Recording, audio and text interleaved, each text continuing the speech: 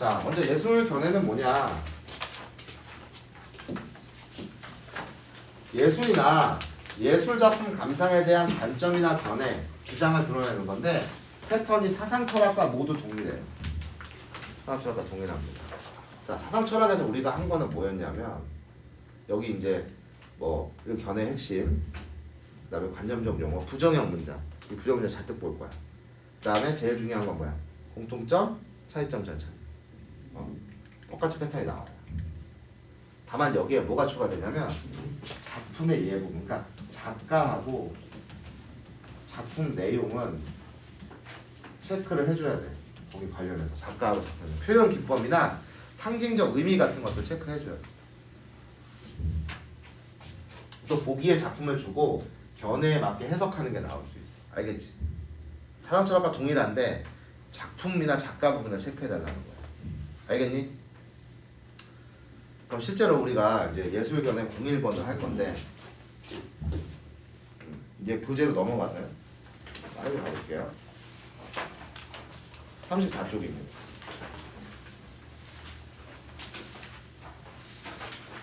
아, 32쪽. 32쪽. 32쪽에 이렇게 4번 문제 보면 이렇게 작품의 예로 해석하는 게 나오죠. 뭐예요? 자, 그럼 사상처럼 똑같이 가면서 작품 부분만 잘 체크해 보자. 자, 그럼 스캔 작업도 해볼게요. 빠르게. 자, 주체 체크해야죠. 그린버그. 모더니즘 미술이에요. 연결지면 되겠고. 미술 평론가입니다. 자, 여기 기억, 니은, 밑줄 있잖아요. 이거 무조건 1문단에서 다 못 찾습니다. 지문 전체일 가능성이 높아요. 이거는 지문 전체일 가능성이 높다고 그랬어. 자, 그다음에 2문단 그린버그 나오네요. 그 다음에 여기 이제 아방가르드 나와요. 그럼 여기 이제 일단은 견해 핵심 찾아줘야죠. 그린버그의 견해. 아방가르드 나오고요. 그러면 아방가르드가 이렇게 반복되고 있잖아. 중요한 용어라는 거지. 아방가르드 반복되고 있고. 그 다음에 여기 하나 더. 미술을 위한 미술. 그러니까 세 개 찾는 거야. 그린버그의 핵심적인 견해, 아방가르드, 미술을 위한 미술. 오케이? 자, 그 다음에 3문단 그린버그 또 나와. 여기 이제 궁극적인 때 순수 추상미술 됐지? 순수 추상미술. 요거에 대한 견해 찾으면 돼요. 그 다음에 여기 요런 용어들 평면성, 여기 계속 평면의 2차원 정성들 같이 나와요. 원근법, 명화법에 대한 견해. 됐어?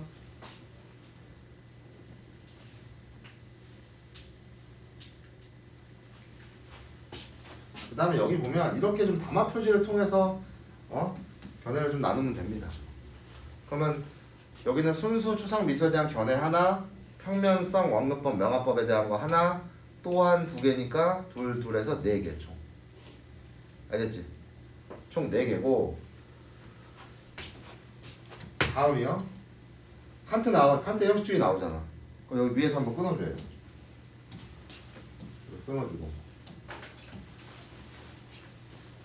끊어주면 됩니다.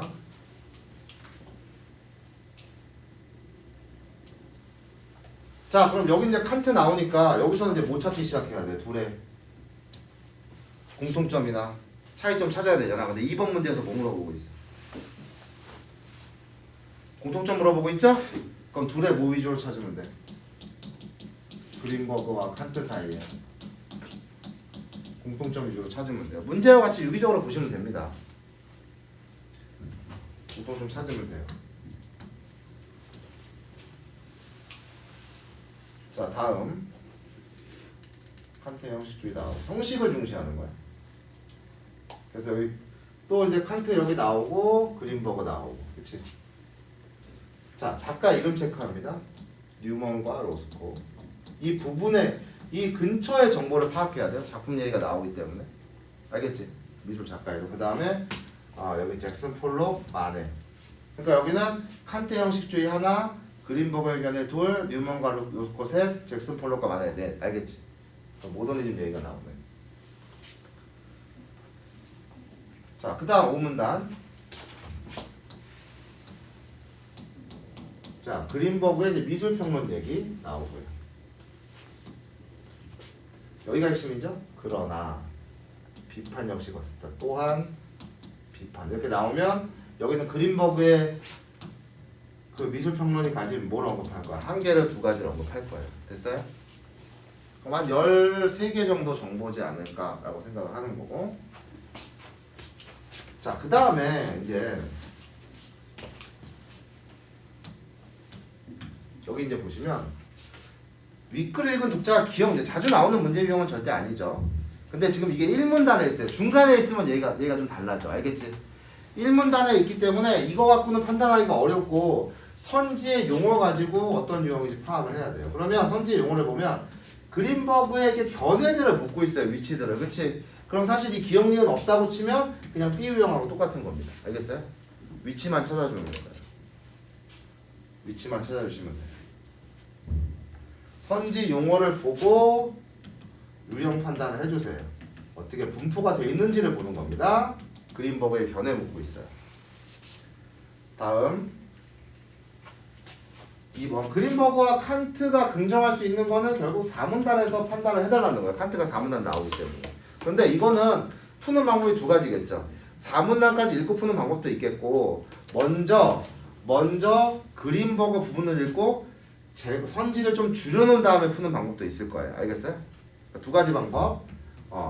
4까지 한 번에 읽고 풀기. 아니면 먼저 그린버그 쪽 선지를 좀 줄이기. 나눠서 푸는 방법도 있을 거예요. 저희는 4문단까지 읽고 해볼게요. 두 가지 방법이 다 있을 거예요.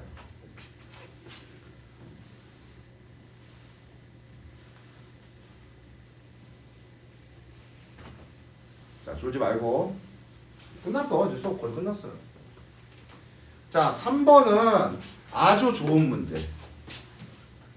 자, 이렇게 가나 다 이렇게 돼 있는 거는 여기서 이제 미술평론가들의 견해니까 그린버그와의 못 찾는 거야. 역시 공통점과 차이점 찾는 거겠죠? 선지도 그렇게 돼 있나요? 선지도 그렇게 돼 있어요. 입장과 상통하는 것이겠군. 그의 생각과 다른 관점이 존재한다. 공통점 차이점 찾는 거죠. 그럼 가나다가 어느 것이 공통점이고 어느 것이 차이점인지 찾는 거지. 그지? 그래서 이 유형은 8번 문제, 수능에서는 8번 문제로 나올 수 있는 문제라서 괜찮아요. 그러니까 이런 거를 우리가 또 어떻게 대처해야 될지 고민을 해봅시다. 그럼 얘는 그냥 A로 놓고 하면 돼. 그 다음에 4번 문제. 이거는 뭐 이거는 뭐 작품의 내용 보는 거죠.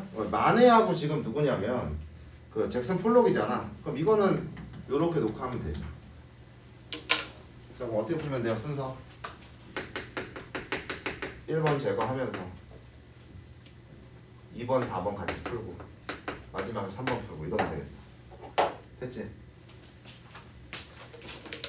자, 그럼 빠르게 좀 보겠습니다. 수업시간 시즌2가 되면 부족해. 자, 첫 번째는 이제 여기 사실 내용은 여기 별거 없고요. 2문단부터 나오죠. 자, 2문단. 먼저 그린버그의 핵심적인 견해부터 찾을게요. 그린버그의 견해는 당시 사회와 문화의 위기의식을 느꼈는데 더불어 그는 근대 산업사회에서 도시의 대중의 문화를 오락으로만 여기고 있는데 자본가들의 이익을 위해 이게 견해잖아. 지금 견해잖아. 그러니까 그린버그는 사회에서 대중이 문화를 오락으로만 여기고 있다고. 그래서 대중문화에 대한 좀 비판의식이 들어가 있는 거죠. 저번에 아도르노 같이 대중문화에 대해서 부정적으로 인식을 하고 있다. 이렇게 생각할 수 있죠. 그러면 이러한 문화적 분위기 속에서 문화적 위기 속에서 지속적인 변화와 진보를 고집하는 것이 혁명적인 것 아방가르드를 공부했어요. 아방가르드의 두 번째. 아방가르드.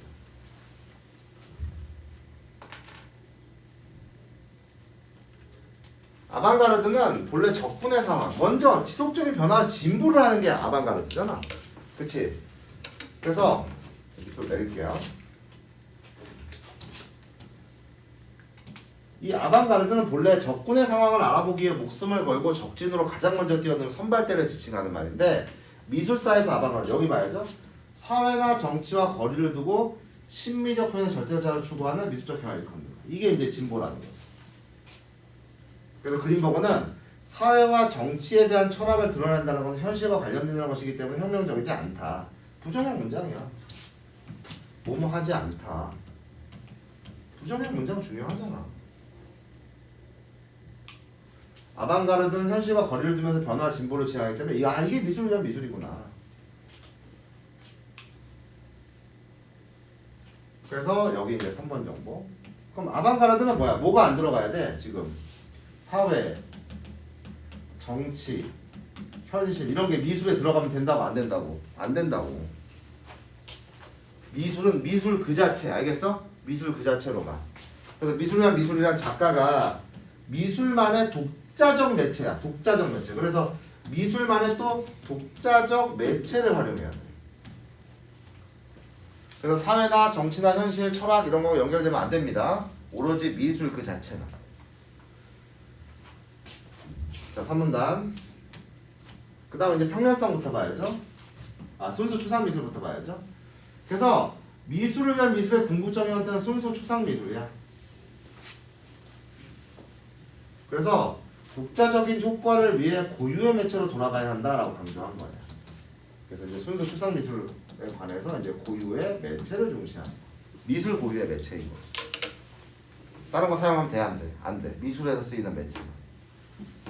자, 이제 평면성 볼게요. 그의 관점에서 회화만이 가지는 매체의 성격은 캔버스의 네모 형태와 회화면의 평면성이다 이거야. 그는 자 이제 부정형 문장 또 볼게요. 여기 뭐가 있으면 안 돼. 회화의 매체의 성격에 충실하기 위해서 원근법이나 명암법을 없애야 돼. 왜 그래? 화면에서 물체나 공간의 멀고 가까움을 느낄 수 있게 표현하는 원근법과 명암, 명도 차이를 통해 입체감 표현하는 명암법을 배제함으로써 2차원적 해석력을 강조할 수 있다. 그렇잖아. 우리가 살아가는 세계는 3D죠. 입체적이지. 하지만 회화의 평면성이라는 건 뭐야? 2D죠. 2D. 그치? 2차원이지. 그럼 우리가 그림을 그릴 때는 좀 사실적으로 표현을 하고 싶으면 이 3D, 우리 3차원의 세계를 재현해야 될 거 아니야? 그래서 2차원의 평면에 3차원을 사실적으로 재현하기 위해서 무슨 법을 써? 원근법이나 명암법을 쓰죠? 그 입체감이 살아날 거 아니야. 그치? 그럼 사실적으로 보이잖아. 그렇게 한다고 안 한다고? 안 한다고. 사실성이나 입체감을 중시하는 건 미술답지 않은 거야. 2차원적이지 않은 거야. 알겠지? 그래서 평면성을 중시하면서 물체를 사실적으로 보이게 하는 원근법이나 명암 같은 거는 안 쓴다고. 부정의 문장이야. 또한 그 뒤에 볼게요. 또한 이게 5번이고 또한 그는 회화 안에 담겨있는 문학적인 요소들 그래서 감정이나 서사, 이념 등은 배제하여야 한다. 회화에 문학에서나 다루어질 법한 초현실주의적 요소를 활용하는 것은 미술이 문학적 관습에 얽매여 있음을 증명하는 것으로서 변화나 진보와 거리가 멀어요. 현실과 무관해야 돼. 현실과 무관해. 그래서 현실과 무관하다는 얘기는 아까 했었죠. 그 다음에 모두 들어가면 안 돼. 감정, 또 서사적인 스토리, 이념 어떠한 것도 다 들어가면 안 된다. 오케이? 6번 정도입니다. 감정까지도 전달하면 안 된다. 그래서 회화의 매체적 성격을 극대화하는 순수 추상 미술만이 문화를 진보시킬 수 있다고 봤습니다. 자, 또한 하나 더 밑으로 내릴게요. 또한 그는 순수 추상 미술의 우월성에 대해서는 역사적으로 증명이 될 거야. 독단주의자는 확신을 가지고 있잖아. 그러니까 이 그린버그는 독단주의자예요. 회의주의자는 정말 그래? 이렇게 얘기할 거야. 그게 확신이야, 확신. 그래서 역사적으로 증명될 것이라고 얘기했어요.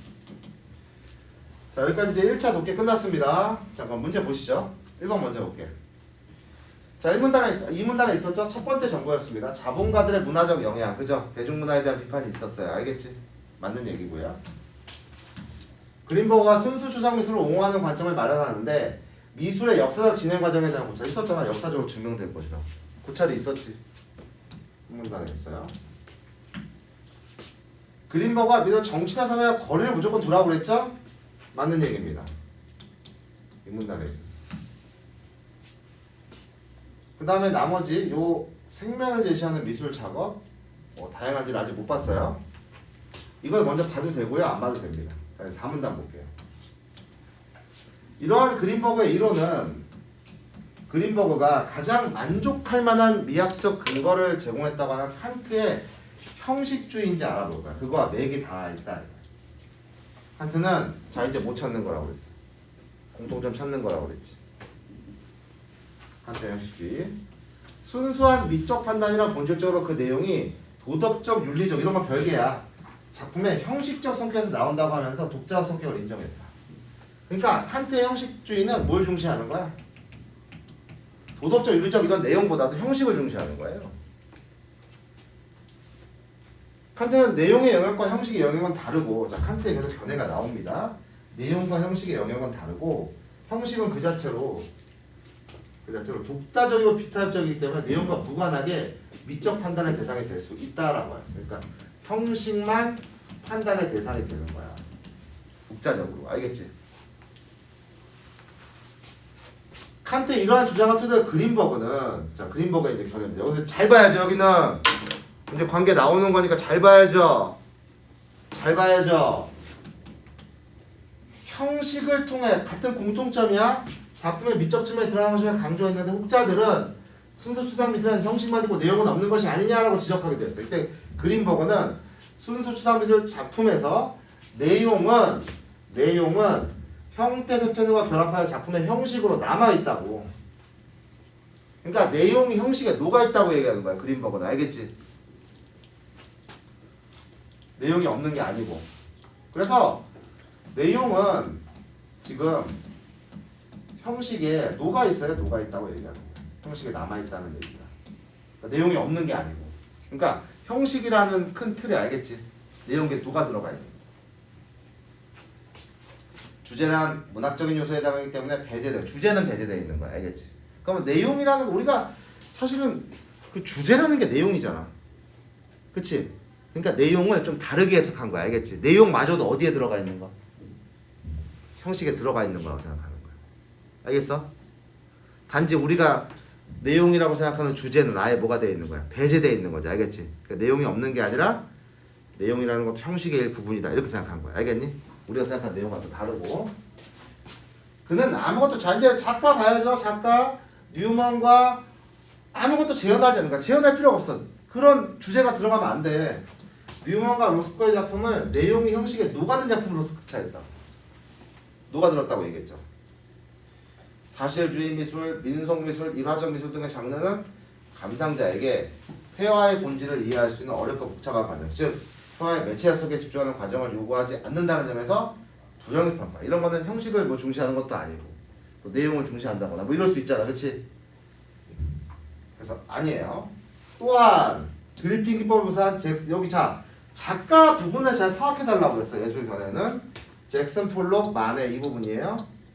그래서 화면의 평면성을 강조하는 모더니즘의 후계자로 있어요. 그러니까 뉴먼과 로스코, 잭슨 폴록 마네를 긍정적으로 본 거죠. 형식주의를 잘 표현을 한 작가들이라는 거죠.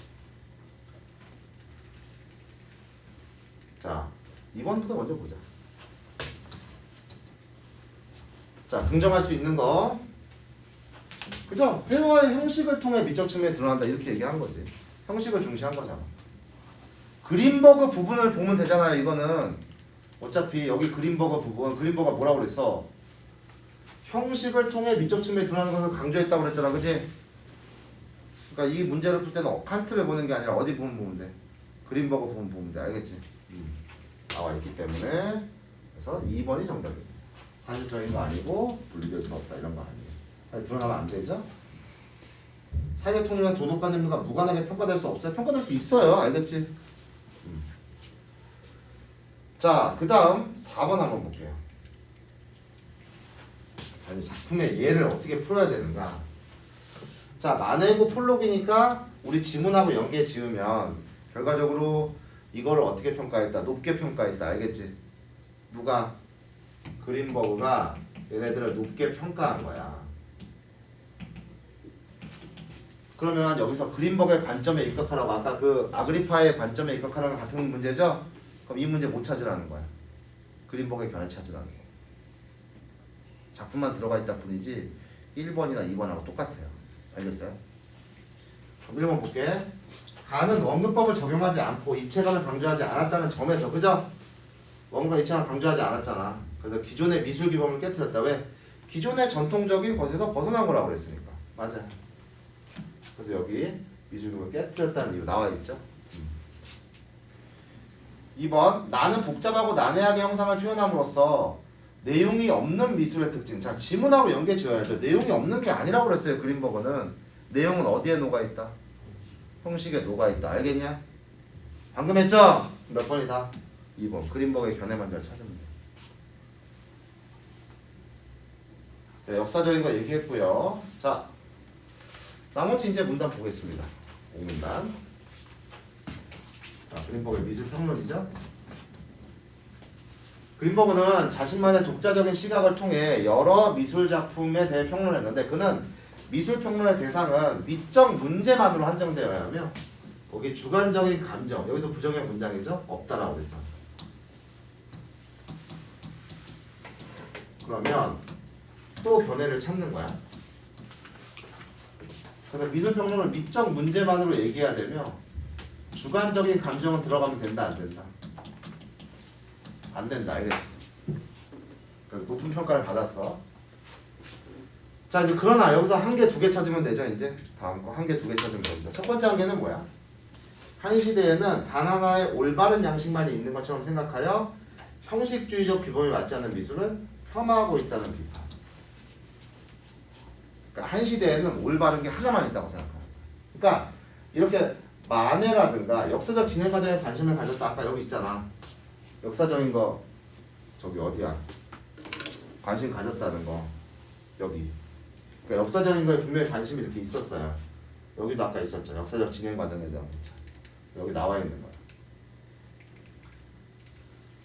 그래서 만해 또 괜찮고 인상주의도 괜찮고 구성주의도 괜찮고 초상표현주의 이런 단선적인 역사의 진보를 믿고 순수 추상 미술의 역사적 필요성. 아까 여기 이미 이거 역사적 필요성은 아까 앞에서 언급했습니다. 역사적으로 그렇게 될 거라는 거. 그러니까 한 시대에는 올바른 게 하나만 있는 거야. 알겠지? 하나만 인정했어. 이게 한 개야. 한 시대에는, 그래서 여기는 지금 한 개 아까 언급했죠. 한 시대에는 하나만 올바른 거라고 인정을 했다는 거야.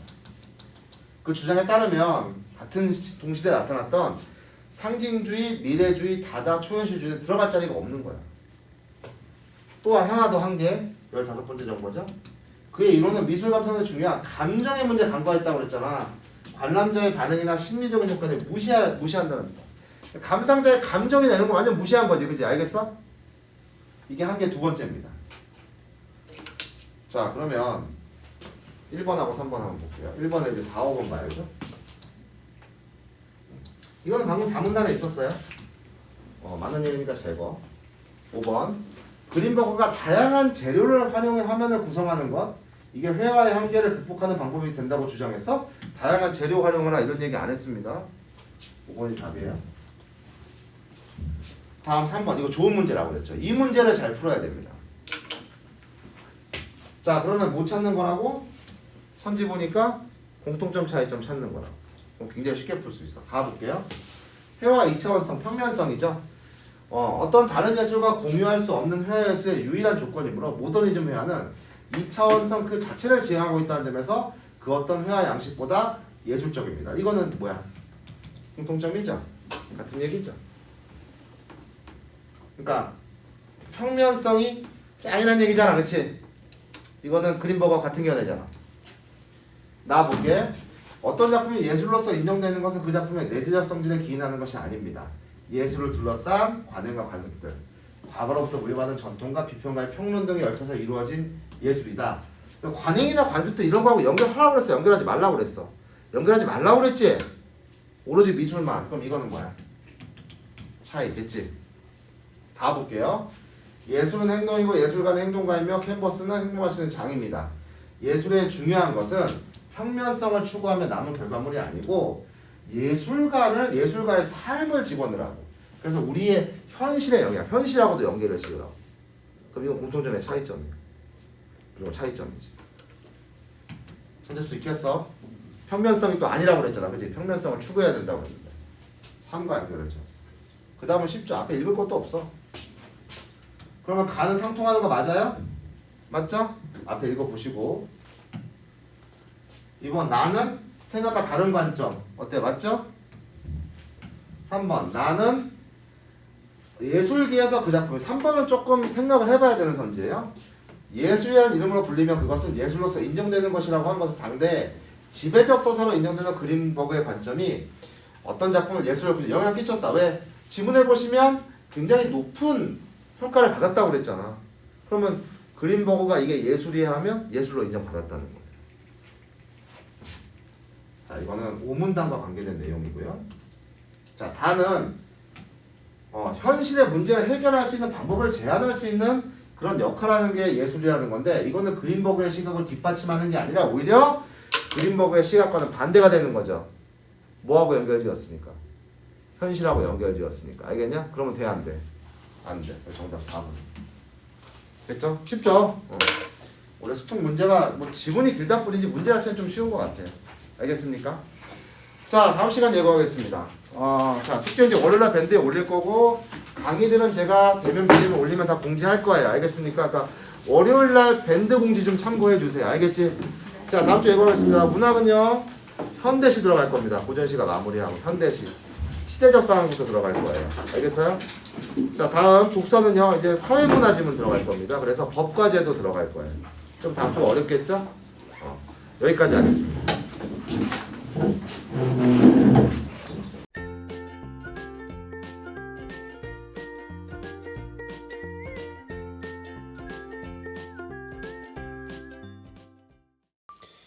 자, 예술견의 02번 지문입니다. 우리가 이제 예술견의 패턴은 지난 시간에 했듯이 사상 철학하고 똑같아요. 다만 거기에 이제 작품에 대한 게 들어갈 수 있기 때문에 이 견해를 작품과 이제 연결지어놓은 작품의 이제 사례가 이게 이제 지문이든 보기에 나오는 것이든 이 부분을 좀 꼼꼼하게 파악을 해줘야 된다고 말씀을 드렸습니다.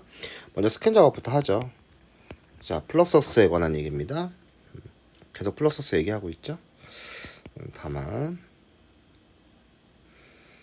요제프 보이스 이제 뭐 작가 이름이 예술가라고 그랬으니까 작가 이름 파악해야죠.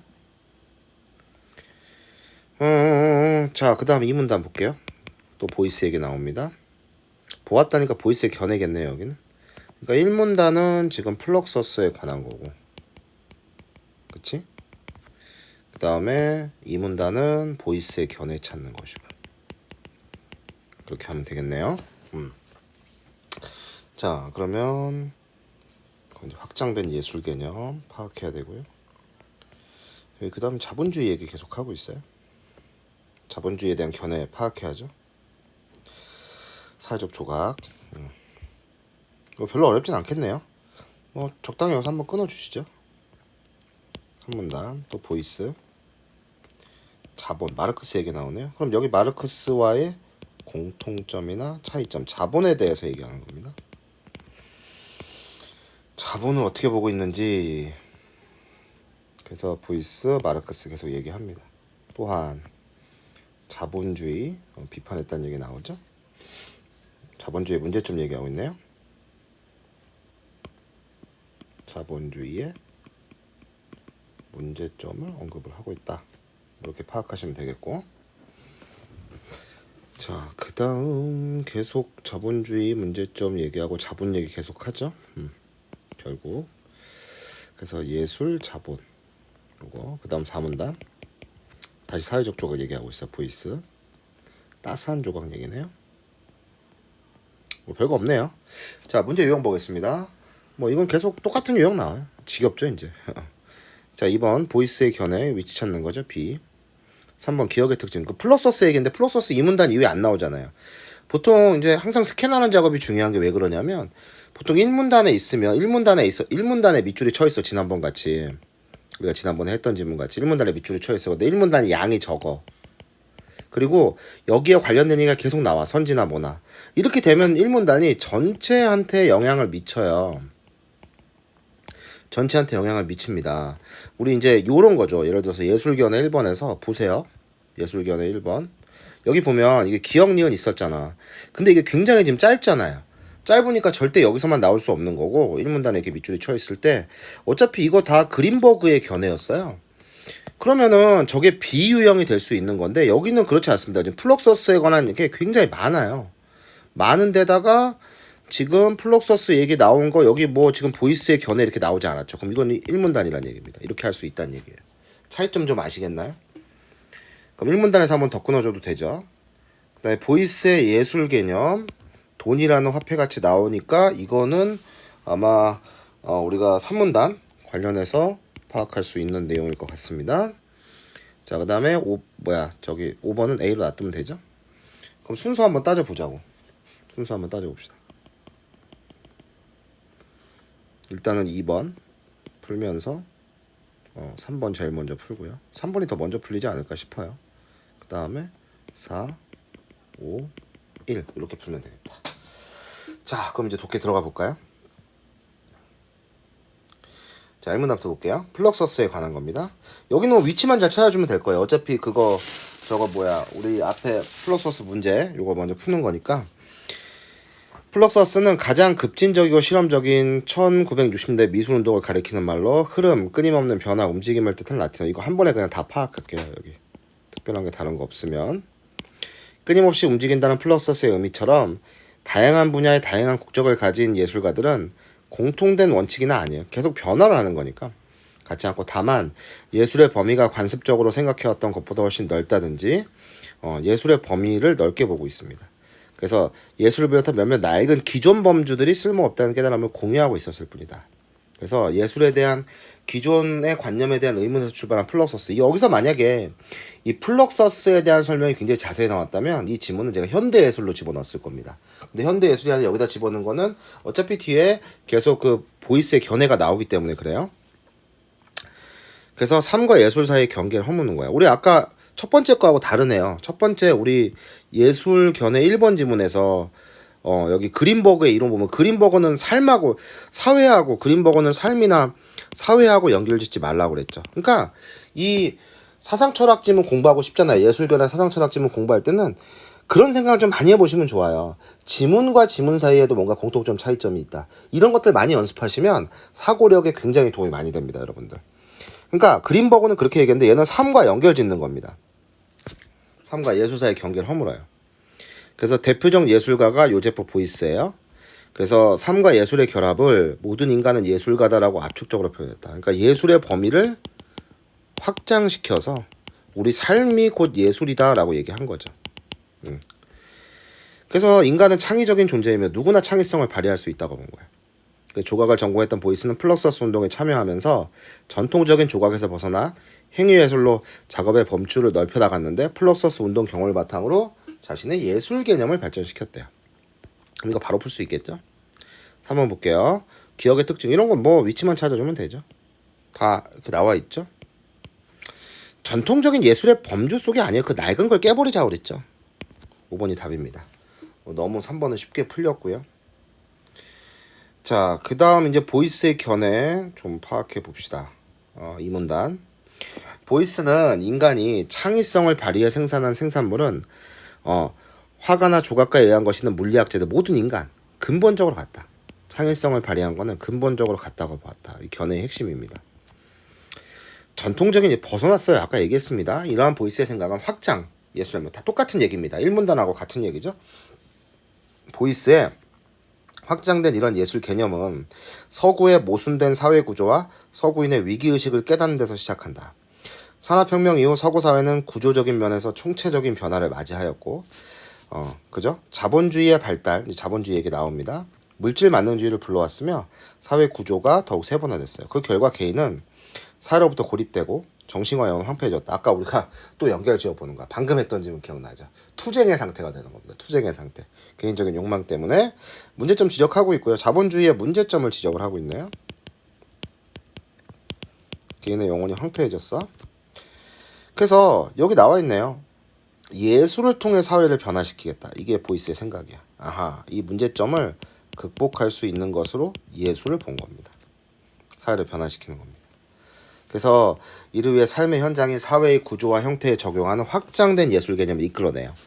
확장된 예술 개념에 따라 조형자본은 기존의 장르 개념에서 벗어나서 인간의 삶에 유익한 사회, 이거 연결되는 거죠. 사회적 조각입니다. 그래서 예술이라는 게 결국 인간의 삶에 유익한 방향으로 흘러가야 돼요. 그러니까 아까 예술견의 01번과는 그린버그의 견해 완전 다르죠. 사회적 조각은 박물관이나 미술관에 전시되는 가시적이고 물질적인 예술작품에서 벗어나 여러 가지 확장된 개념이에요. 확장된 개념. 그러니까 기존의 미술이 아니라 사회의 모든 인간의 행위치고, 그러니까 누구나 예술을 할 수 있다는 거야. 누구나 인간 삶에 유익한 어떤 것들을 하게 된다면 그것은 곧 예술이라고 본 겁니다. 굉장히 확장된 그런 개념이겠죠. 자, 그럼 2번에서 될 수 있는 거 파악해 볼까요? 3번 보시죠. 용어 나왔잖아. 황폐해졌다가 보았다. 그죠? 이거 2문단에 나왔었죠. 마르크스 아직 안 나왔고 마르크스 안 나왔으니까. 그 다음에 보이스는 인간이라면 창의성을 발휘해 제 몫을 다할 때. 이거 방금 뭐 2문단에 있었던 내용입니다. 확인할 수 있는 거죠. 4문단에도 있어요.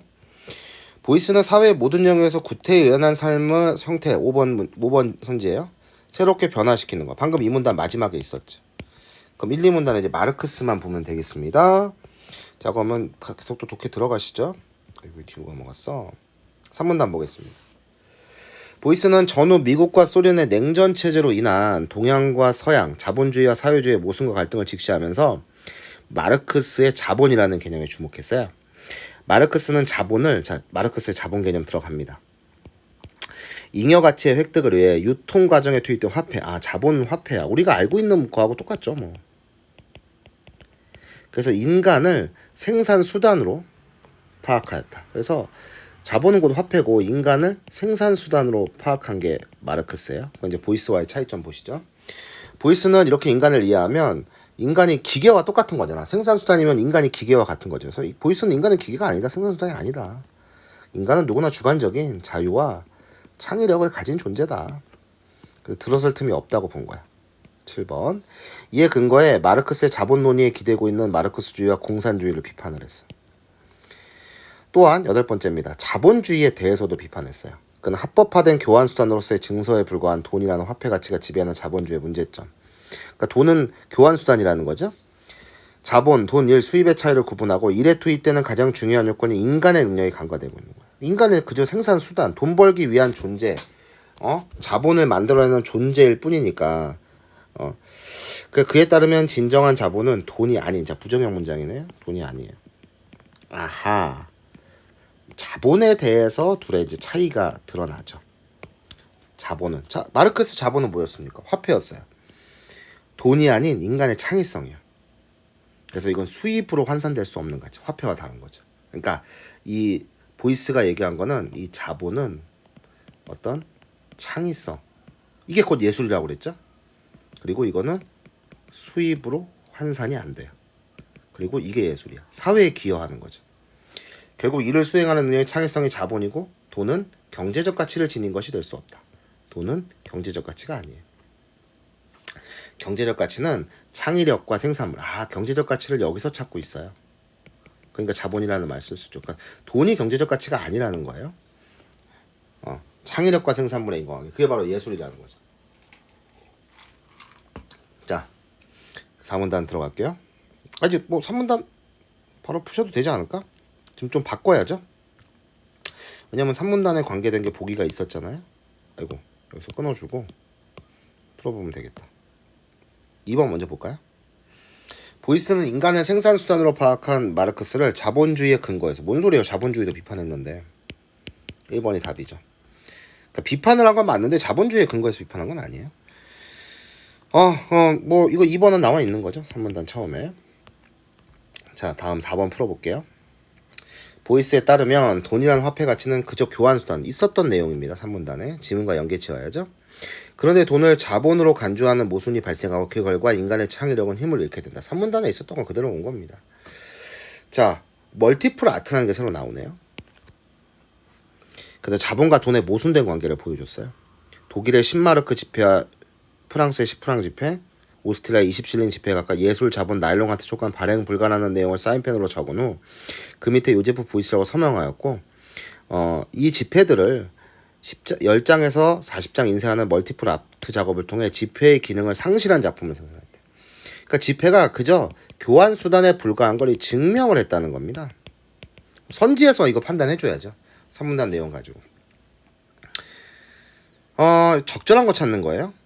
1번부터 볼게요. 보이스는 유럽에서 발행하는 지폐들을 활용한 예술 작업을 통해 새로운 이런 주장 3문단에서 안 했습니다. 새로운 교환 수단이 필요하다고. 2번. 보이스는 지폐를 훼손하여 인간의 창의성이 발휘된 일이 합법한 교환 수단 그거 안 했다니까. 어쨌든 교환 수단이 어떤 돈이라는 게 교환 수단이라는 것 자체는 얘기했던 거예요. 교환 수단 새롭게 만들자 이렇게 얘기하지 않았습니다. 그거에 불구하다는 거예요. 보이스는 자신이 서명한 지폐를 여러 장 인쇄하여 예술작품의 수입으로 정확히 환산될 수 없다고 그랬죠. 그 다음에 4번. 보이스는 돈에 대한 메시지를 지폐에 써서 돈의 경제적 가치, 돈은 경제적 가치가 없다고 아까 제가 9번 정보에서 설명했죠. 5번. 그럼 5번이 답이란 얘기인데, 멀티플 아트 작업을 통해 지폐의 기능이 상설이 아니라 상실이에요. 상실되었음을 보여줌으로써 종이 지폐는 그죠, 교환 수단일 뿐 자본이 될 수 없다. 그죠? 보여준 겁니다. 3문단에 있었던 내용 그냥 찾으라는 얘기예요. 보기만 없으면 뭐 이 3번 문제하고 같은 문제죠. 자, 마지막 문단 보겠습니다. 그럼 우리가 느낌이 오죠. 이제 마지막 문단. 요 5번 문제는 왠지 마지막 문단과 관계가 깊지 않을까. 우리가 이런 생각 할 수 있잖아요. 그래서 4문단 보시면 보이스의 사회적 조각은 사회적 변화를 지향하며 어떤 이데올로기에도 얽매이지 않고 인간의 창의성과 따뜻한 감정의 온기, 인간적인 감정, 휴머니즘에 기댄 겁니다. 휴머니즘. 그래서 온기에 의해 움직이는 것을 의미한다. 인간이라면 누구든 주어진 현실에서 예술가가 될 수 있다. 아까 이 문단에 있었던 거 그대로 반복입니다. 누구나 유익한 사회, 누구나 유익한 거, 사회의 모든 인간 행위. 그러니까 이 문단에서 그대로 연결된 내용이에요. 그래서 이들이 만든 사회적 조각은 모든 인간을 위해 존재하는 따뜻한 조각이 된다. 되게 따뜻한 얘기로 바뀌네. 또 공동체 얘기네요. 그렇죠? 아까 그러면 이 보이스는 누구하고 또 비슷한 거야? 루소하고 비슷한 거야. 루소. 그죠? 그래서 일종의 치유 과정을 통해 현대 사회가 차갑고 경직된 모습에서 벗어나 그 예술이 현대 사회의 문제를 해결할 수 있다는 거죠. 그래서 우리가 이제 그 사회를 어떤 예술이라는 게 변화시킬 수 있다. 그리고 누구나 그렇게 할 수 있다는 얘기입니다. 그래서 이를 위해 보이스는 모든 인간은 사회 공동체고서 책임을 느끼고 각자의 창의성을 발휘해 사회의 발전에 기여하기 위해서 노력해야 된다. 이 문단에 있었던 얘기 다시 한번 하고 있는 겁니다. 끝에 부분에서. 그래서 현대 미술사에서 보이스는 이데올로기에 인간을 종속시키고자 하는 시대에 맞선 거예요. 플러서스의 운동 속에서 이렇게 했다라는 얘기입니다. 그럼 5번 문제 보죠. 강연에서 설명한 그의 계획, 작품과 관련된 내용입니다. 자, 유제프 보이스는 독일 중부의 보기 읽어볼게요. 카셀에서 5년마다 개최되는 세계 최대 규모의 국제 미술 행사인 도쿠멘타의 개막에 맞춰 행사장 본관 앞 광장에 현무암 기둥 7,000개를 부려놓고 그 돌무더기에 끝에 떡갈나무 한 그루를 심었어. 그의 기획은 도시 전체에 7,000그루의 떡갈나무를 심는 것이었는데 나무 한 그루 심을 때마다 현무암 기둥도 그 옆으로 옮겼어. 그래서 도쿠멘타 개막 심어졌다 이거야. 그의 기획이 뭐 그의 작품이죠. 이때 보이스는 이미 세상을 떠난 뒤였대. 지금 카셀에는 그때 심은 나무들이 울창한 가로수를 이뤘어. 그래서 보이스는 그 평범한 개인들이 예술가가 되고 창의력을 발휘하면 사회 전체가 위대한 예술품이 된다. 4문단에서 얘기했던 내용이네요. 이것도 뭐 4번하고 같은 거네. 그냥 증명했다는 거네, 자신의 얘기를. 그러면 이것도 뭐 똑같이 보이스의 견해 찾으면 되는 거 아닐까요? 1번, 그죠. 사회적 조각에 해당하겠죠. 이데올로기를 구현하는 거. 이데올로기에서 벗어났다고 그랬잖아, 4문단에서. 2번이 답이네. 나머지 확인해 보시기 바랍니다. 자, 이렇게 해서 우리 예술견해 궁 2번까지 같이 한번 봤습니다.